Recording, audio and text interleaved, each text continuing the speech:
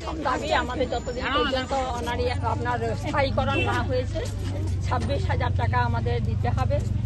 বিভিন্ন জায়গায় আইসিডিএস কর্মীরা হেনস্থ হচ্ছে।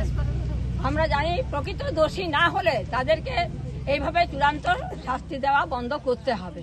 আমরা বিভিন্ন রাজ্যে দেখছি যে বিভিন্ন রাজ্যে যেভাবে আইসিডিএস এরকে অনারিয়াম বৃদ্ধি হয়েছে সেভাবেই আমি স্বাগত জানাই।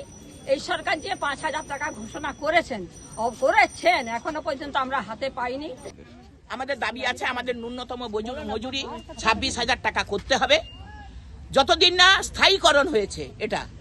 এটা কেন্দ্রের প্রকল্প এবং গ্র্যাচুইটি, প্রভিডেন্ট ফান্ড, পেনশন এই সুব্যবস্থাও করতে হবে।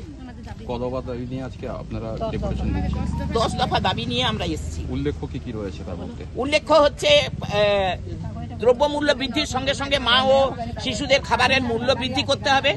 আমাদের বেতনটার সঙ্গে সঙ্গে মা শিশুদের খাবারটা যাতে উন্নত মানের হয়